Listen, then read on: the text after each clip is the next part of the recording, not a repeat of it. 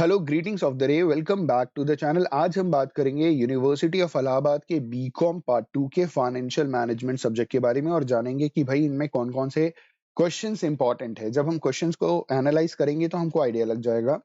आप सभी जानते हैं कि 100 नंबर का क्वेश्चन पेपर आता है जिसके दो सेक्शन होते हैं, एक section A, section B. Section A में 10-10 नंबर के दो क्वेश्चन पूछे जाएंगे जो कंपलसरी हैं, आपको करना जरूरी है। सेक्शन बी में 20 नंबर का क्वेश्चन पूछा जाएगा जो कि लॉन्ग आंसर वाला होता है। कुल मिलाकर के 6 क्वेश्चंस पूछे जाएंगे जिनमें से कोई भी 4 करने हैं। फाइनेंशियल मैनेजमेंट में टोटल 14 चैप्टर्स हैं जिसे हमें कवर करना है। फाइनेंशियल मैनेजमेंट पूरी तरीके से थियोरेटिकल पेपर है। इवन यूनिवर्सिटी में प्रैक्टिकल क्वेश्चंस नहीं पढ़ाए जाते। ये पूरा थियरी सब्जेक्ट है। बीकॉम पार्ट 2 की बात कर रहा हूँ, यूनिवर्सिटी ऑफ इलाहाबाद। इतिहास गवाह है कि सिर्फ 2 बार प्रैक्टिकल क्वेश्चंस पूछे गए हैं, वो भी क्वेश्चन पेपर में एक एक क्वेश्चन पूछा गया था। उसके बाद भी यूनिवर्सिटी के जो टीचर्स हैं, प्रोफेसर्स हैं, उन्होंने क्लास में आके उस क्वेश्चन को कटवा दिया और उसके मतलब बदले में थियरी का क्वेश्चन दे दिया। तो थियरी ही पढ़ के जाइएगा, ये पूरा का पूरा थियोरेटिकल ही सब्जेक्ट है। ठीक है, आइए देखते हैं। सबसे पहला चैप्टर है हमारा जो चैप्टर 1 इंट्रोडक्शन फाइनेंशियल मैनेजमेंट का। पहला क्वेश्चन है what is financial management. 5 number के लिए है, आप एक बार पढ़ सकते हैं, समझ सकते हैं। दूसरा क्वेश्चन है define financial management, explain its significance. ठीक है, ये 10 नंबर के लिए पूछा जा सकता है, इंपॉर्टेंट है। ठीक, अगला क्वेश्चन है explain the various areas of financial management. तो जो जो एरियाज होते हैं फाइनेंशियल मैनेजमेंट के, उसे आप तैयार कर लीजिएगा। अगला question, question number 4, analyse the nature of financial management. ये इंपॉर्टेंट क्वेश्चन है क्योंकि नेचर ऑफ मैनेजमेंट में ये साइंस है या आर्ट है, वही पूछते हैं ये लोग। तो क्वेश्चन 4 और 6 दोनों पूछा गया है, तो ये इंपॉर्टेंट है। एक बार तैयार कर लीजिएगा, आपकी तैयारी हो जाएगी। और क्योंकि अलग अलग तरीके से पूछा गया है तो ये इंपॉर्टेंट है। Question number 5, describe the evolution of financial management. इतना इंपॉर्टेंट नहीं है, पढ़ने की जरूरत नहीं। ठीक है, अगला question number 7, what are the key areas of financial management. तो की एरियाज जो है, जो क्वेश्चन नंबर 3 है और जो क्वेश्चन नंबर 7 है, आप देखिए मिलता जुलता है। क्वेश्चन नंबर 3 में what are the various areas of financial management, यहाँ पे पूछा जा रहा है what are the key areas of financial management. तो ये क्वेश्चन भी इंपॉर्टेंट है। मेरे हिसाब से लास्ट वाला क्वेश्चन बहुत ही ज्यादा इंपॉर्टेंट है, जहां पे हम फाइनेंशियल मैनेजर की बात कर रहे हैं, उसका रोल क्या होता है। तो आपकी बुक में रोल ऑफ फाइनेंशियल मैनेजर दिया होगा। ये क्वेश्चन 20 मार्क्स के लिए इंपॉर्टेंट है, इसको 20 मार्क्स के हिसाब से तैयार कीजिएगा। ठीक है, ये था हमारा चैप्टर 1। अब है हमारा चैप्टर 2 जिसमें कुल मिलाकर के 7 क्वेश्चन हैं। आइए के क्वेश्चन को देखते हैं। चैप्टर 2 जो है वो है हमारा फाइनेंशियल डिसीजन मेकिंग। पहला क्वेश्चन है what do you mean by wealth maximization and profit maximization, which one would you suggest. Very important question for 20 marks. ठीक है, ये 20 नंबर के लिए बहुत ही ज्यादा इंपॉर्टेंट है। अगला question number 2, explain briefly the concept of profit maximization and its limitation. देखिए प्रॉफिट मैक्सिमाइजेशन वापस पूछा गया है और उसके लिमिटेशन पूछे गए हैं। 20 नंबर में पूछा जाएगा तो इसमें भी आपको उसके लिमिटेशंस लिखने ही पड़ेंगे। तो ये क्वेश्चंस बार बार आ गया है, तो ये बहुत इंपॉर्टेंट है। अगला, briefly explain the risk return trade off. उतना इंपॉर्टेंट नहीं है, आप एक बार रीड कर सकते हैं, मेरे हिसाब से उतना इंपॉर्टेंट नहीं है। ठीक है, अगला question number 4, assuming wealth maximization to be objective of financial management, show how the financing, investing and dividend decisions of a company can help to attain its objectives. Very important for 20 marks. ये question जरूर से तैयार करके जाइएगा क्योंकि यहाँ पे again इन्होंने फाइनेंशियल मैनेजमेंट के वेल्थ मैक्सिमाइजेशन के बारे में पूछा है। तो आप देख रहे हैं 4 में से 3 क्वेश्चन वेल्थ मैक्सिमाइजेशन के बारे में ही है या प्रॉफिट मैक्सिमाइजेशन के बारे में ही है, तो इसे आपको अच्छे से तैयार करना है। क्वेश्चन नंबर 5, जो प्रॉफिट मैक्सिमाइजेशन है, is not an operationally feasible criterion, do you agree, illustrate your views. ये भी इंपॉर्टेंट है क्योंकि इस चैप्टर में वेल्थ मैक्सिमाइजेशन या प्रॉफिट मैक्सिमाइजेशन पूछते ही पूछते हैं। ये चैप्टर ही बहुत इंपॉर्टेंट है। अगला है question number 6, what do you mean by business finance, should the goal of financial decision making be profit maximization और वेल्थ मैक्सिमाइजेशन। डिस्कस 20 मार्क्स के लिए, पढ़ लीजिएगा, तैयार कर लीजिएगा। अगला question number 7, in what respect is the objective of wealth maximization superior to the profit maximization. तो भाई पिछला वेल्थ मैक्सिमाइजेशन या प्रॉफिट मैक्सिमाइजेशन वाली जब आप क्वेश्चन तैयार कीजिएगा तो इस क्वेश्चन का भी आप आंसर कर पाइएगा। ठीक है, अब बात करते हैं चैप्टर 3 फाइनेंशियल प्लानिंग के बारे में। इसमें कुल मिलाकर के 9 क्वेश्चंस हैं। पहला क्वेश्चन है व्हाट इज फाइनेंशियल प्लानिंग। ठीक है, इंपॉर्टेंट है, आप तैयार कीजिएगा इसे, मेरे हिसाब से ये इंपॉर्टेंट है। फाइनेंशियल प्लानिंग क्या होता है पूछते हैं। दूसरा, state the objectives characteristics of financial planning. देखिए ये 10 नंबर में आप इसे तैयार कर लीजिएगा तो आप लिख सकते हैं। अगला है explain the significance of finance function, ये बहुत इंपॉर्टेंट है। ठीक है, फाइनेंस फंक्शन क्या होता है। Analyse various factors affecting financial plan, financial plan को अफेक्ट करने के लिए कौन कौन से फैक्टर्स रिस्पॉन्सिबल हैं, ये भी इंपॉर्टेंट है, इसे भी तैयार कीजिएगा। Question number 5 is explain the long term strategic financial plan and short term operating financial plan, very important, इसे भी तैयार कीजिएगा। अगला क्वेश्चन है discuss meaning of controller and treasurer, कभी कभार पूछा गया है, लेकिन पूछा गया है, ये क्वेश्चन भी पूछा जाता है, लेकिन not on a regular basis. जिन क्वेश्चन को मैं वेरी इंपॉर्टेंट बोल रहा हूँ उसके आने के चांसेस बहुत ज्यादा हैं। अगला question number 7, describe the limitations of financial plan, आप ये देख रहे हैं लिमिटेशंस पूछा गया है फाइनेंशियल प्लान का, तो ये इंपॉर्टेंट है। अगला है explain the scope of financial function. 9th one is इल्यूसिडेट the changing face of finance function, उतना इंपॉर्टेंट नहीं है, बाकी जो इंपॉर्टेंट बताएं उसको जरूर कीजिएगा। इसका मतलब ये छोड़ मत दीजिएगा, इसको भी आप पढ़ करके जाइएगा। अगला चैप्टर 4 है हमारा, जिसमें कुल मिलाकर के 6 क्वेश्चन हैं। चैप्टर 4 है कॉन्सेप्ट ऑफ फाइनेंशियल प्लानिंग। पहला है describe the short term source and long term sources, जो फाइनेंस के सोर्सेज होते हैं, ये इंपॉर्टेंट है कि भाई शॉर्ट टर्म फाइनेंस के लिए कहाँ से पैसा आता है कंपनी के, और लॉन्ग टर्म फाइनेंस के क्या क्या सोर्सेज होते हैं जहां जहां से कंपनी पैसा ले सकती है। अगला question 2, write short notes on trading and equity and capital gearing. तीसरा है इक्विटी वर्सेस डेब्ट फाइनेंसिंग। चौथा है pros and cons of equity financing. पांचवा प्रोज एंड कॉन्स ऑफ डेब्ट फाइनेंसिंग।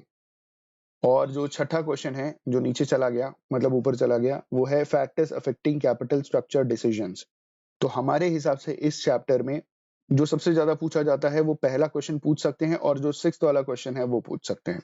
ठीक है, अब बात करते हैं chapter 5, financial reporting on the basis of financial management. कुल मिलाकर के 7 क्वेश्चन हैं। पहला है इस balance sheet a balance sheet of balances using imaginary figures give horizontal and vertical form of balance sheet. भैया वेरी इंपॉर्टेंट, प्लीज इसे तैयार करके जाइएगा, पूरे 20 नंबर में आएगा। और यहाँ पे परफॉर्मा की बात की जा रही है, हॉरिजॉन्टल और वर्टिकल दोनों पूछ रहे हैं, तो ये पहला क्वेश्चन है, और पहला इसलिए क्योंकि ये बहुत इंपॉर्टेंट है। दूसरा, what is the statement form of income statement, give specimen also. जो इनकम स्टेटमेंट है उसका ये लोग बार बार स्पेसिमेन मांग रहे हैं, तो बैलेंस शीट को अच्छे तरीके से तैयार करके जाइएगा, इनकम स्टेटमेंट का भी परफॉर्म अच्छे तरीके से पढ़ के जाइएगा। Question number 3, meaning of analysis and interpretation of financial statements. ठीक है, अगला है statement objectives of financial analysis. पांचवा है general principle features of financial statements, उतना इंपॉर्टेंट नहीं है जितने इंपॉर्टेंट ऊपर वाले हैं।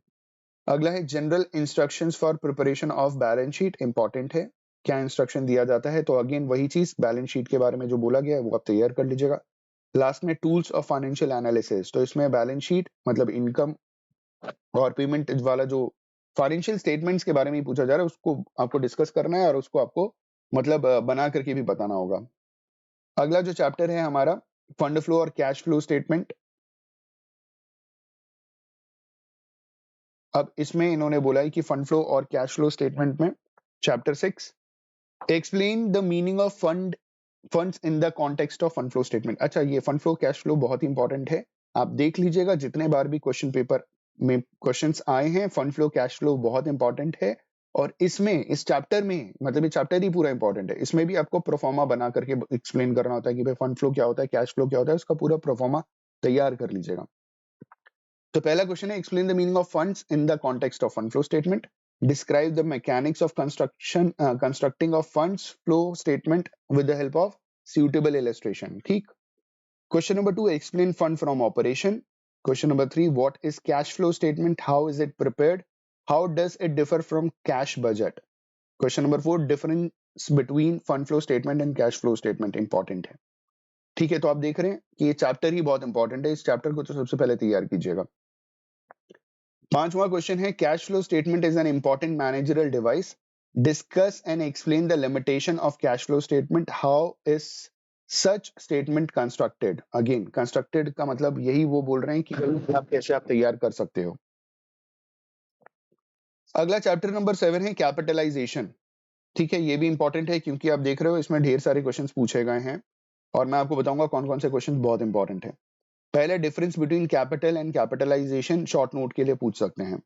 दूसरा theories of capitalization, again short note में पूछ सकते हैं। ये थियरीज ऑफ कैपिटलाइजेशन को अगर वो डिटेल में मांगेंगे तो 20 नंबर के लिए क्वेश्चन इंपॉर्टेंट है। तीसरा question, describe over capitalization, concept of over capitalization and causes of over capitalization. ये भी बहुत इंपॉर्टेंट है। ओवर कैपिटलाइजेशन और अंडर कैपिटलाइजेशन कई बार पूछा जाता है, ठीक है।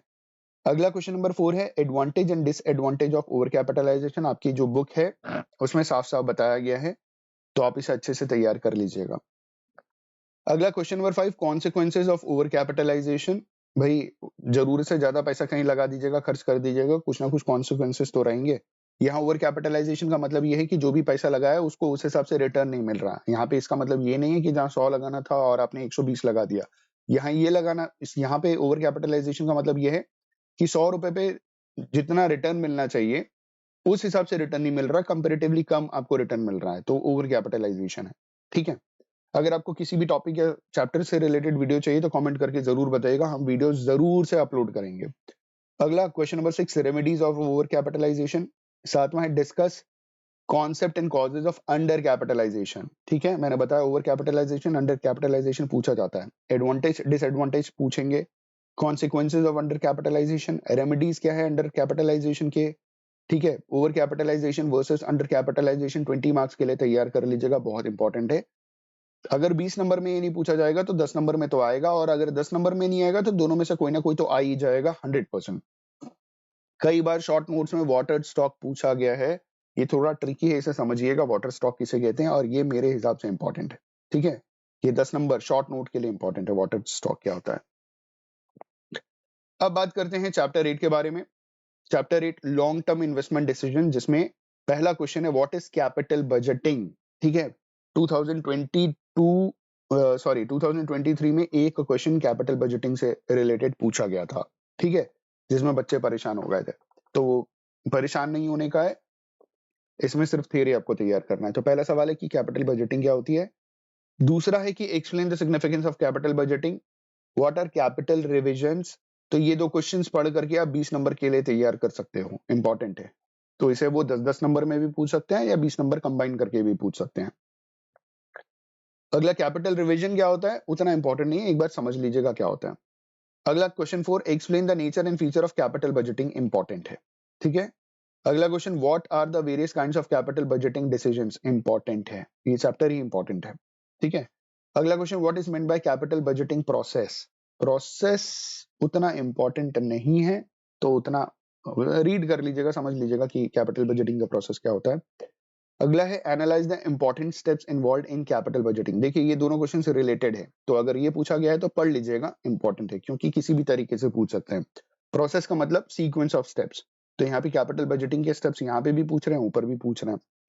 अगला है describe the factors influencing investment decisions. तो कौन कौन से फैक्टर्स हैं जो इन्वेस्टमेंट डिसीजंस के फैक्टर्स को इन्फ्लुएंस करते हैं, मतलब प्रभावित करते हैं। अगला question number 9, explain the need for investment decisions. अगला क्वेश्चन है explain the process involve in capital budgeting. Again process पूछा गया है, तो 3 बार पूछा गया है, तो पढ़ लीजिएगा, इंपॉर्टेंट है हमारे हिसाब से, ठीक है। अगला क्वेश्चन है अगला चैप्टर है टेक्निक्स ऑफ कैपिटल बजटिंग, और ये बहुत ढेर सारे क्वेश्चन है, मतलब ये इंपॉर्टेंट है, चैप्टर 9 तैयार कीजिएगा। पहला क्वेश्चन है व्हाट इज मेंट बाय पे back method, state its advantages. Techniques of capital budgeting में पे बैक मेथड क्या होता है और उसके एडवांटेजेस क्या होते हैं। पे बैक मेथड मैं आपको बता दूं, जो भी बिजनेस करने के लिए हम पैसे कैपिटल एज ए कैपिटल लगाते हैं, वो बिजनेस कितने टाइम में हमें पे बैक करता है, वापस हमको करके देता है, तो ये पे बैक मेथड है। इसमें बहुत सारे मेथड्स आते हैं, ठीक है, उसके एडवांटेजेस की बात कर रहे हैं। अगला, how do you calculate the accounting rate of return, ARR, कैसे कैलकुलेट करते हैं और उसके लिमिटेशंस। ये थियरी है, प्रैक्टिकल की आवश्यकता नहीं है। अगला question, under which what circumstances do the net present value, जिसे हम NPV भी बोलते हैं, आपकी बुक में होगा, net present value and internal rate of return method differ, which method would you prefer and why. ठीक है, बुक में लिखा हुआ है, साफ साफ आप तैयार कर लीजिएगा। अच्छा, ये जिस बुक की मैं बात कर रहा हूँ वो प्रभात सर की जो किताब है ना, आपने देखा होगा ना, प्रभात सर की जो बुक है, आप उसे ले लीजिएगा। उसमें बहुत अच्छे से एकदम यूनिवर्सिटी के हिसाब से क्वेश्चंस के आंसर्स दिए हुए हैं, ठीक है, एक एक टॉपिक को कवर किया है। तो ये किताब प्रभात सर वाली जरूर ले लीजिएगा अगर नहीं खरीदा अभी तक तो। और अगर आप ये सोच रहे हैं नोट से या वो जो किताब आती है आकांक्षा उससे आप काम चला लेंगे, तो भैया आप गलत हैं। यूनिवर्सिटी में इससे काम चल जाता तो भाई कोई ना कोचिंग पढ़ता ना कोई किताब बिकती, बस यही सब बिकता। तो इसके भरोसे मत रहिएगा। अगला क्वेश्चन नंबर 4 जो है, what are mutually exclusive projects, explain the conditions when conflicting ranking would be given by the internal rate of return and net present value methods to such projects. यहाँ प्रोजेक्ट का मतलब machinery भी हो सकती है जिसमें आप इन्वेस्टमेंट करते हो, और कोई बिजनेस होता है। ठीक है, जब आप चैप्टर पढ़ोगे आपको क्लियर हो जाएगा। तो ये आप एक बार रीड कर लीजिएगा, उतना इंपॉर्टेंट नहीं है। लेकिन इस क्वेश्चन को पूछने का मतलब ये है कि इंटरनल रेट ऑफ रिटर्न वाला जो क्वेश्चन है और जो नेट प्रेजेंट वैल्यू मेथड होता है, दोनों में से बढ़िया कौन सा होता है, आप किसको प्रेफर करोगे। अगला question 5, what is profitability index which is a superior ranking criterion, profitability index और नेट प्रेजेंट वैल्यू। ठीक है, अगला question, under what conditions would the internal rate of return be reciprocal of the payback period. ठीक है, इसके आगे आगे भी पूछा गया, एक्सप्लेन द इन्वेस्टमेंट क्राइटेरिया। अगला क्वेश्चन है, discuss the various methods of appraisal of investment proposals. अगला क्वेश्चन है, differential between NPV and IRR method. Important है, इसको तैयार कर लीजिएगा, ये पूछ सकते हैं 10 नंबर में या 20 नंबर में पूछ सकते हैं, पूछेंगे जरूर। अगला है, write short note on time adjusted rate of return profitability index. अगला है, do the NPV and profitability index always lead to the same investment decision, discuss. ठीक है, अगला question, discuss the technique of various investment appraisal method in capital budgeting. Last one is mention the features required by investment evaluation criteria. तो इस chapter में जो ज्यादातर importance है हम आपको बता चुके हैं, उसे आप अच्छे से प्रिपेयर कर लीजिएगा। अगला है चैप्टर 10, जिसमें कुल मिलाकर के 10 क्वेश्चन हैं। चैप्टर 10 है risk analysis in capital budgeting. पहला है, write short note on capital rationing, उतना इंपॉर्टेंट नहीं है। दूसरा है, what is risk, differentiate it from uncertainty, ये इंपॉर्टेंट है, 10 नंबर के लिए पूछ सकते हैं। अगला है, what is risk analysis in capital budgeting, very important, ये तो भैया बहुत इंपॉर्टेंट है, इसको अच्छे से तैयार कर लीजिएगा कि भाई कैपिटल बजटिंग में जो रिस्क एनालिसिस है वो क्या होता है। अगला question number 4, explain the method through which risk can be minimised. ठीक है, पांचवा question, enumerate the types of uncertainties. अगला question, what are the elements of decision theory. अगला question, risk analysis of capital investment is one of the most complexest controversial and slippery areas of finance, discuss. तो risk analysis पूरा का पूरा अच्छे से तैयार कर लीजिएगा, आपका काम बन जाएगा। अगला है, what is meant bye decision tree analysis, important है, अगर सिलेबस में है तो तैयार कर लीजिएगा। अगला है, analyse risk in the case of single project and multi project. Single project, एक बिजनेस में इन्वेस्टमेंट कर रहे हैं, ठीक है, और जो मल्टी प्रोजेक्ट है जहां पे अलग अलग जगह पे आप इन्वेस्टमेंट कर रहे हैं, इनमें क्या क्या रिस्क होता है उसे आप तैयार कर लीजिएगा। अगला, what are the consequences of incorporating risk in decision making, ये इंपॉर्टेंट है, 10 नंबर के लिए तैयार कर लीजिएगा, मतलब कंपलसरी क्वेश्चन में शॉर्ट नोट में पूछ सकते हैं आपसे। अगला है question number 11, sorry chapter number 11, cost of capital. ठीक है, पहला है, what is cost of capital, भैया ये इंपॉर्टेंट है, बार बार पूछा गया है।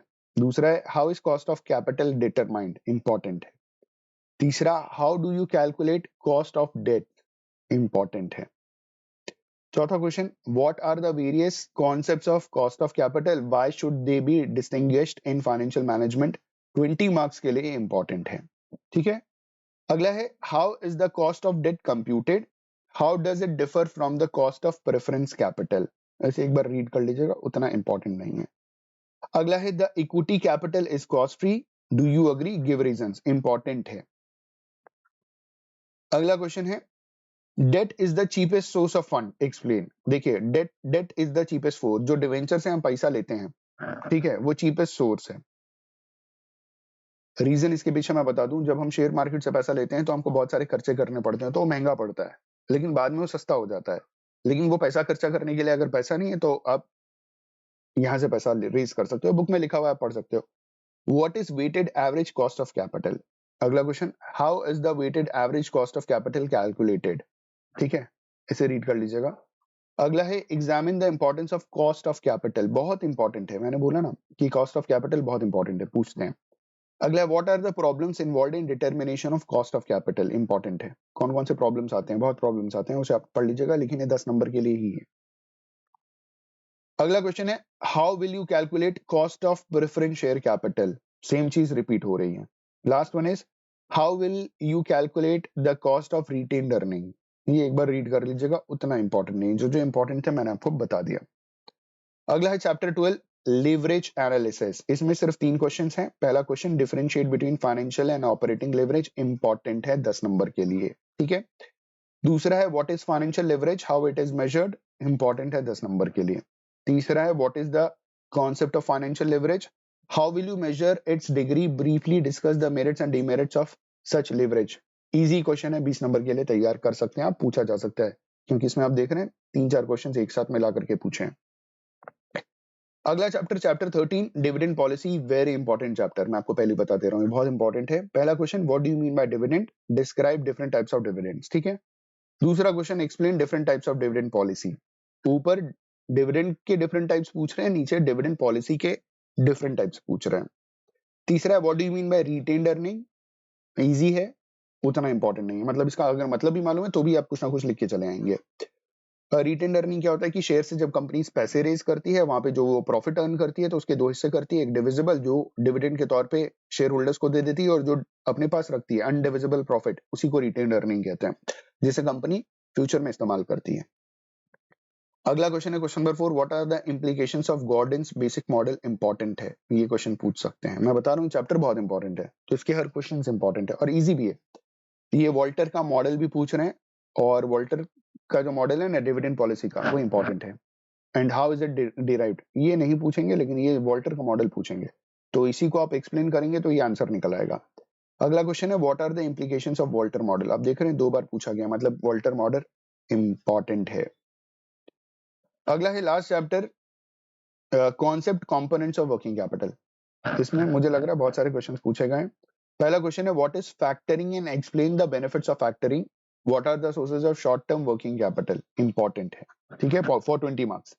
अगला what is the difference between factoring and invoice discounting, 10 number के लिए पूछ सकते हैं आपसे।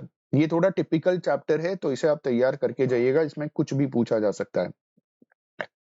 अगला question number 3 what is the difference between recourse and non-recourse factoring, how much of the invoice amount is advanced in factoring. अगला question discuss the various sources of working capital funds, whether working capital should be met from short term और long term capital, important है, ठीक है। अगला if a firm has a constant requirement of working capital throughout the year, which of the 3 financing plan is preferable and why, ठीक है, ये भी important है भैया, ये 20 नंबर के लिए पूछ सकते हैं, इजी क्वेश्चन आप कर सकते हो।